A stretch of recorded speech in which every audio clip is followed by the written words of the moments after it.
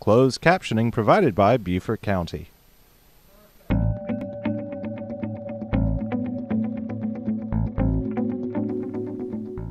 Welcome to LowCountrry Law on Air. I'm your host, Bob Brumage. I'm the Public Information Officer for Beaufort County Sheriff's Office. And on behalf of Sheriff P.J. Tanner and the men and women of the Sheriff's Office, we hope everybody's doing well and staying safe. On tonight's episode, we'll be discussing a cold case murder, a missing person case, and we'll be talking about emerging scams, one of which is the Grandparent Scam that you might have heard about recently. And we'll get into detail about that and what advice to the public to avoid these scams. Today we have with us Corporal Robert Byrd. Robert, tell us a little bit about yourself and what your assignment is. Born and raised in South Carolina, Fairfield County. Currently work in the Criminal Investigations Division for Northern Beaufort County. Right. So what are your duties as a criminal investigator? What type of cases do you work? We work everything from violent crime to scams, financial transaction fraud. We work everything. Burglaries, all sexual assaults, B&E vehicles, harassing phone calls. I'd like to just talk a little bit about the cold case initiative that Sheriff P.J. Tanner started back in 1999 when he took office. He formed a unit to look into cold cases, and since then we've had some success with it. And having a cold case unit and having investigators experience such as yourself, it assures victims' families that their loved ones are not forgotten, and we don't forget about these cases, and we'll continue to work on them. And when Sheriff Tanner brought in DNA analysis to Beaufort County, fully staffed crime scene unit, and that's what a benefit that is, not to have to call an outside agency to come in to work the crime scene. So having that staffed, and of course it's a collateral duty for many. When I say fully staffed, it's 24/7 it's available. So you're on that crime scene unit, are you not? I am. Tell me a little bit about that. A crime scene unit is, just like you said, it's a collateral duty assignment. We are on call 24 hours a day, 7 days a week. We respond as soon as that phone rings. We have a truck that, the crime scene unit truck, it has a bunch of capabilities that are more advanced than just a fingerprint kit. Or right. We're able to do a lot of different things. We go to training, specialized training. We've had people go to trajectory training, to photography. So documenting and collecting physical evidence at the scene, processing for forensic evidence. Yes, sir. The crime scene unit is it's a real unique situation where we're there to identify items of evidentiary value that may assist investigators in the case, and we don't get into analyzing too much of what we may find at that moment, but we're there, we collect it, we document it. Everything in law enforcement, especially with trials, is all about documentation. And a proper handling of evidence is so important not to cross-contaminate, especially with the sensitivity of DNA analysis that we have here at the Sheriff's Office, with the most updated technology.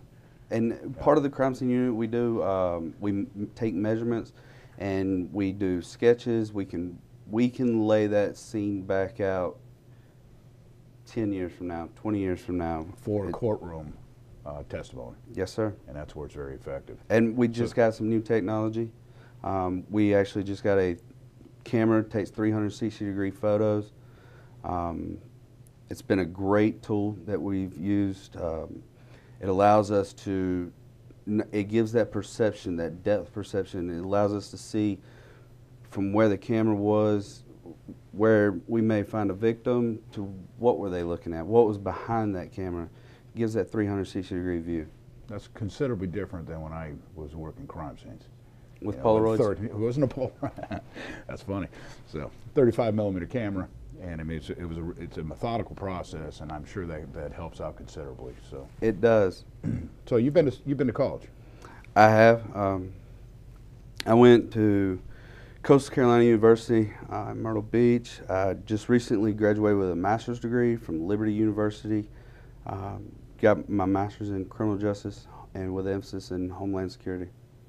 Let's talk about the 2017 murder of Joshua Days that occurred on Ladies Island.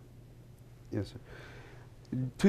September 20th, 2017, 911 received a call in reference to somebody laying down on the steps or to the Masonic Lodge on Chowing Creek Bluff.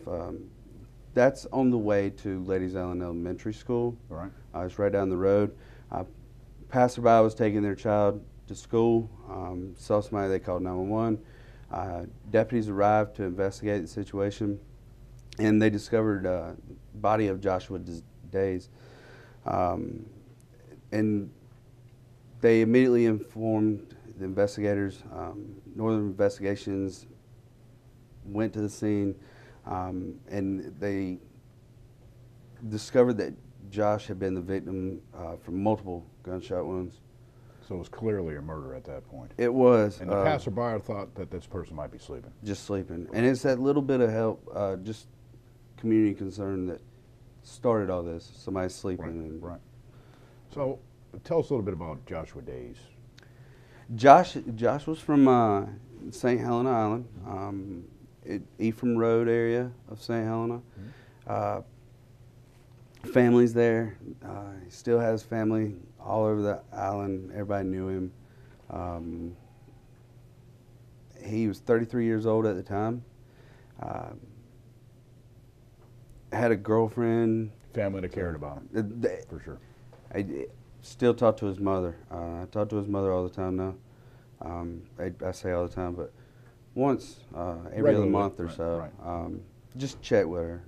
So. And I'm sure that's important to the family to know you're still working on the case. Hopefully they understand we're not giving up. Okay, so how did the investigation develop after the initial discovery of Mr. Day's body? Investigators, they contacted and requested the Sheriff's Office Crime Scene Unit. Members of the Crime Scene Unit, they arrived and they started documenting the scene, and they collected multiple items of evidence, including casings, so we know it happened there. So casings were found at the scene to indicate that the murder occurred right there? Yes, sir. Right. And through their scene documentation, they found impact points. If somebody was to shoot at a concrete or something, because he was laying on concrete. So we knew it happened there. Right. But there were no cars there. They got to looking for Josh's car. It's noted that later that night of September 20th, it was Josh's car, or the vehicle that he had been driving, was located on a totally separate part, of distance away from where Josh lived. And the car had been... So his vehicle was found several miles away from where his body was found. Josh was last known to be on Ephraim Road. Okay. We know where Josh was. His brother lived with him on Ephraim. His brother last saw him about 3:30 that night, or that morning, early morning hours. We knew where Josh was at Ephraim. His body was found on Ladies Island, about 10 miles, 15 miles away from where he lives. I got it. Okay. And then the car was located in a third area, a totally separate area away from where Josh lived, where he was found. The car was in a different area. Indicating that whoever was responsible, we believe responsible, moved his car after the murder. Yes, they're indicating that there's not one but possibly two or more people involved in this coordinated incident.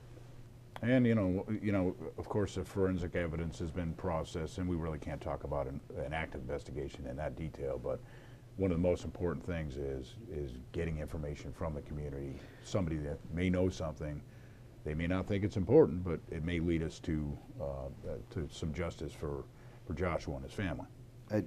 Yes, sir. Every little bit helps. Investigators, at the time, they ran down multiple leads.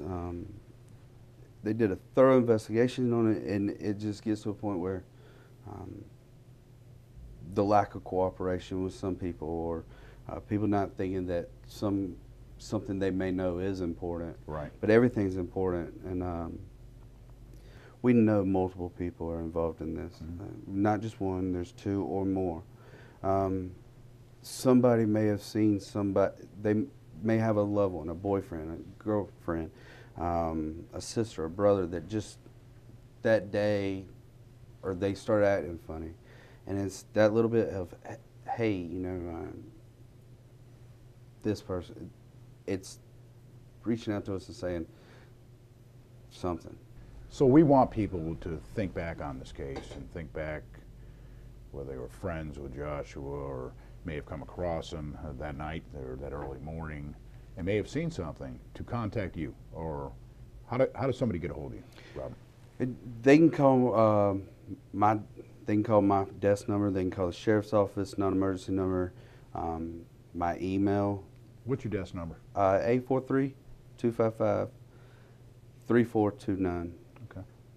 And also Crime Stoppers of the LowCountrry. And Amazing. Yeah, exactly. So people can report information anonymously, and they're eligible for a cash reward. And that number is 843-554-1111. So anything else you'd like to share with the public on this case, Robert? It's an active investigation. There's still things that we are constantly doing in this case. So. Okay. Well, we appreciate you being on the show tonight, and we'll be right back with Sergeant Dario Sosa, and he'll be talking about the missing person case of Michael Hatfield.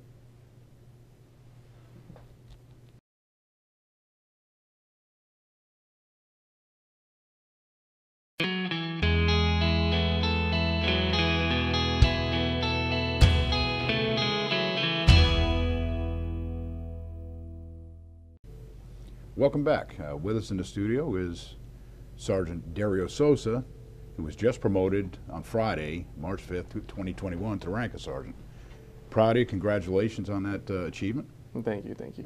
Tell us a little bit about yourself, about your career with the Beaufort County Sheriff's Office. Yes, started with the Sheriff's Office in 2014. Started working as a road deputy. Moved up from there to work on criminal investigations, which is where I currently work. So Dario, where are you from originally? I'm originally from Puerto Rico, born and raised. Nice. So what brought you here to Beaufort County? 17 and joined the Marine Corps. 17 years old? 17 years old. I joined the Marine Corps, was stationed in Jacksonville, North Carolina. Did a couple years there. Then the Marine Corps brought me down to Beaufort, where I worked at Parris Island. Got out of the Marine Corps in 2014 and got hired by the Sheriff's Office.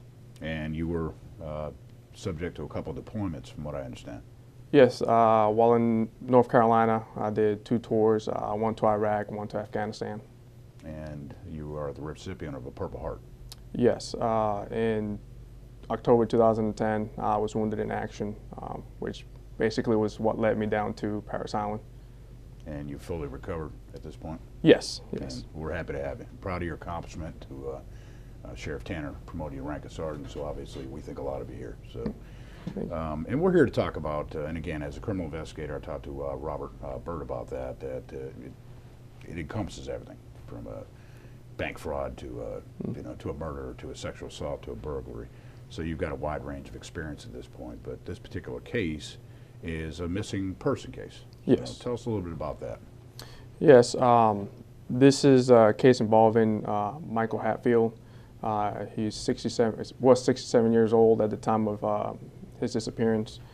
We got a call in November 28th, 2017 from his friend who also lived on the property, reporting Michael Hatfield missing. Last time he was seen was in November 26, 2017 by this friend. And on that day, the last time he spoke to his friend, he said he wasn't planning on going anywhere. He just wanted to hang out at his house. And when his friend returned from kayaking later that day, an hour later, Michael was no longer at the residence. During that investigation, initial investigation, there was no sign of foul play. However, Michael does have a lot of medical conditions. Right. So he'd be endangered at that point. I mean, we're yes. concerned for his safety right off the bat. Yes, that was the biggest concern there. The fact that his friend hadn't seen him in 2 days, and he has heart conditions, and the thing that stood out the most to him was, when Michael left his residence, he usually would take his phone and his cigarettes with him. That day, the phone and cigarettes were still there. His vehicle was still there, so he found that kind of odd. So there's every reason to believe they left on foot somehow. Yes. And has not been seen since. Exactly, yes. Have we obtained any information on what may have happened to him at this point? We've talked to a lot of neighbors, family, friends, who said Michael was known to kind of leave for a couple of days, but like I said before, he would usually take his phone, his cigarettes, and that didn't happen. A lot of the neighbors said that he would kind of wander around Delamo Road. Deputies checked the area, checked the wooded area. We also had the helicopters out for him, being that he lives close to the water. Right. But nothing was obtained on those searches. His disappearance is kind of mysterious, But suspicious at this point. Yeah, sure, suspicious. Right? Yeah. What have we learned as far as I know there was some activity early on in the investigation as far as somebody using his debit card? Yes. During the course of the investigation, it was learned that Michael's debit card was being used after he had disappeared. We looked into the matter, identified an individual. That individual was interviewed regarding the disappearance of Michael. Unfortunately, we didn't learn much from him. However, he was charged for using Michael's debit card. Appropriately. Sure. Exactly, sure. Yes. So tell us a little bit about Michael Hatfield. I mean, what does he look like? And what was he last seen wearing? Michael was last seen wearing a frog T-shirt, a T-shirt with a frog, picture of a frog on it, gray Nike sweat shorts, purple Puma tennis shoes. That's the last thing his friend saw him wearing on the 26th. So if someone has information, how can they get a hold of you, Dara? They could get a hold of me directly by calling 843-255-3435 or calling the non-emergency number, the Sheriff's Office or Crime Stoppers. Okay, Crime Stoppers again is 843-554-1111, and that people can give information anonymously and remain anonymous and are eligible for a reward if it leads us to an arrest in the case or in a case of a stolen property, recover stolen property and things like that. So very effective tool. It is. And good luck with the rest of your career. I mean, it sounds like you're off to a great start. No, thank you. I hate to say it started, but I've been here 30 years, so that is a start. So well done. Thank you. And we'll be right back with a segment on scams.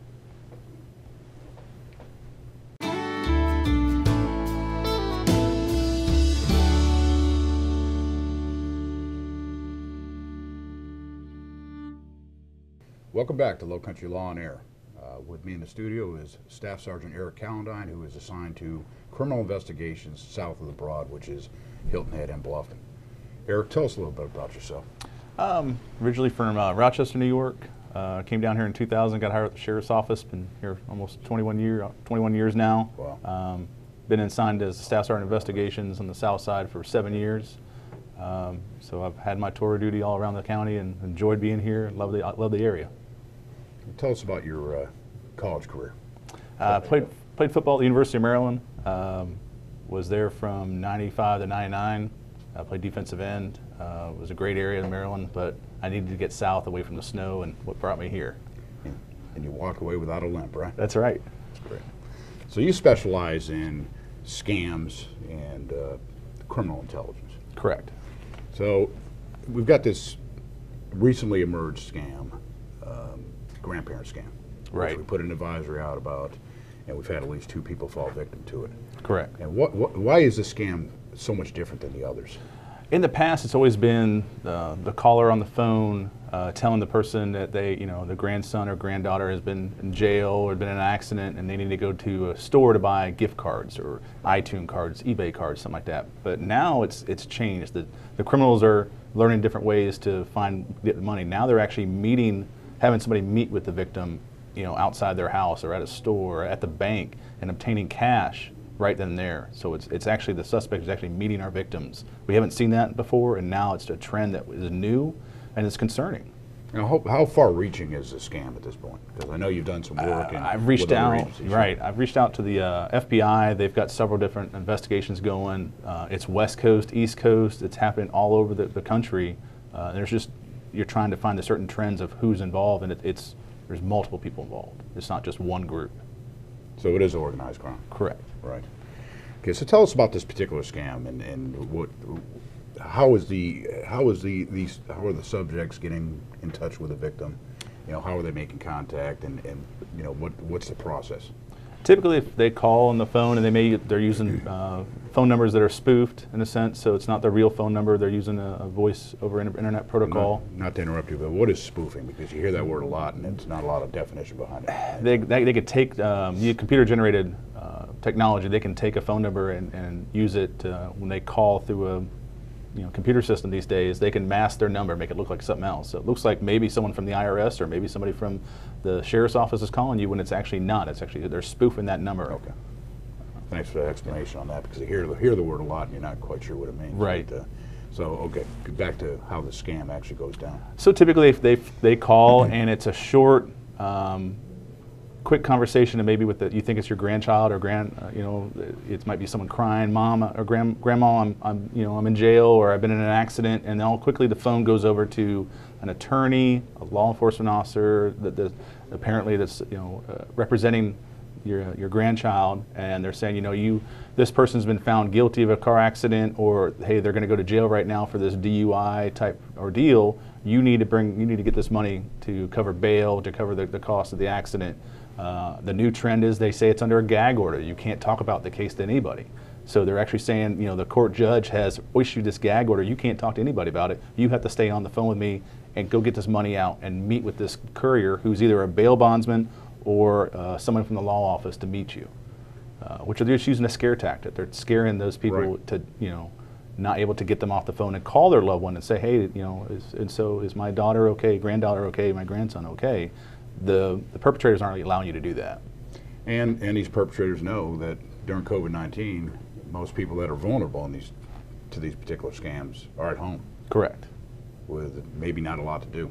Right. So it's already stressed out from COVID-19 and being confined to your house, and then you get this alarming phone call from somebody that if they worked as hard in getting a real job and developing these scams, which are again they just become more and more elaborate. So right. It's alarming. It's a trend. It's scary that we have this point where our suspects are meeting with our victims. Right. Where before it was just go to the store and get a prepaid debit card or a green card type thing. Now they're actually having you go to the bank, get money out, and meeting you somewhere to get that money, which is a concerning trend. Absolutely. Right. Well, puts them in physical danger as well. Correct. Absolutely.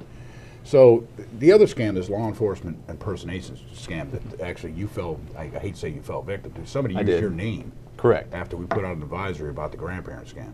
Correct. And tell us about that a little bit, because that comes into Beaufort County, it leaves and right. bounces all over the place. So this last week, after we put the Grandparent Scam out, it was we started getting phone calls from people asking, hey, did you call me in reference to a warrant? And no, I didn't call you. Well, someone representing you is saying that I've got a warrant for my arrest and I need to pay this money. And I tell them, no, it's a scam. We don't ask for money. If you have a warrant, we're going to tell you have a warrant for your arrest to turn yourself in. We're not going to tell you to go and get cash out or green dot cards or that kind of stuff. That's not how we operate. But as a trend, they typically use some kind of law enforcement officer's name. And so I was lucky enough this week they had a phone number attached to it. So I called the phone number, and this guy represented himself as me, and I had to explain to him that you're not me. He hung up the phone. He didn't want to talk anymore about that. And I bet that number changed really quick. It did. Because it quickly changed to something else. So anytime you call him back, it right. seems like once you confront him as legitimate law enforcement Right. officer, they'll change that number. Right. So, well, that is alarming. Now, in that particular scam, though, that's going to be something where they tell you to go to a store and send a gift card or whatever in lieu of arrest. And again, you know, Sheriff P.J. Tanner and his staff will never ask you for money in lieu of arrest or Right. Jail time. I mean, Well, that is we don't absolutely collect off the money table. for That's any right. kind of charge. That's not our position. We will tell you have a warrant for your arrest to come turn yourself into the jail. We'll never tell you, hey, give us money and you won't go to jail type thing. We're not in that business. That's not how we operate. So what are we telling people? What should they do if they're get a phone call with a potential scammer? What should they do? A lot of times we tell them, either ask questions and don't be to the point where you get so concerned that you fear. That you're trying to make you just get into that fear tactic of making you do something and not question it. You get so wrapped up into it. So ask questions, and then when you hang up the phone, call the sheriff's office. Call your friend. We always tell people, reach out to other people, because they're going to be able to look at the outside picture going, no, this is a scam, this is not real, or let's go call the sheriff's office and talk to somebody about it, or go meet with the sheriff's office, go down to the office, obviously with COVID right now, but with restrictions, but you can call our dispatch and ask to meet with an officer, reference this kind of stuff. And when we talk to these these potential victims, when they call us, they're alarmed at the amount of information that these scammers have about their family and, Right. and them, for that Right, matter. right. They could have your social security number, dates of birth, where your family's from, and that's easily obtainable. And that's the thing. It's just not social media and all these other avenues that these criminals are using to get that information. So even if it seems legitimate based on all this good information this scammer has, Right. call somebody. Correct. Right. And it goes back to the grandparent scam. They do their research. These scam artists do their research. They know who your grandkid, their names. They know where they live. So they're obviously using that information of your family to know that your grandchild lives in Michigan, and they might be how old they are, and they're able to say, bring that into the scam of where you believe, oh my gosh, my grandchild who lives in Michigan, his name's Johnny, was involved with this. So it's not just, hey, Grandma, I need help. They know information. The attorney, right. the perpetrators know more information. So it's concerning and alarming, and they use fear. And the two incidents where the scammers were successful were at Sun City Community. Yes. So when they actually arrived at the gate, in at least one of the occasions, They correct? came to the gate multiple times to try to get in. The Sun City Security turned them away, realizing that these people, they had no business to be in there, and were asked the right questions and turned these people away to the point where the perpetrators had to call back and tell the victims to come meet them outside the gate. So they did a great job in that, but we still have a point of now we've got still our victims leaving Sun City to go meet with these people to give them cash. It's bold and it's dangerous. Sure, absolutely. Potentially dangerous anyways. But again, we're advising people, if they get these calls, either hang up the phone, Right. ask questions, call law enforcement, call a friend. Do not give anybody money without vetting that process Yeah, first. $10,000 and all these cash. Don't give people money. Yeah, that's a warning and a clue that when they ask for cash money, no. Okay, well, look, appreciate you coming on the show again. Absolutely. And, Thank you for having me. I'm sure we'll have you back. Unfortunately, the scams come back around Beaufort County Right. regularly, but again, I think that's really good advice that you're lending to the public, and thank you. Thank you. We hope you found tonight's episode of LowCountrry Law on Air informative. On behalf of Sheriff P.J. Tanner and the men and women of the Sheriff's Office, please stay healthy and safe. Take care. If you have a question or comment, please contact LowCountrry Law on air at lowcountrylaw@bcgov.net.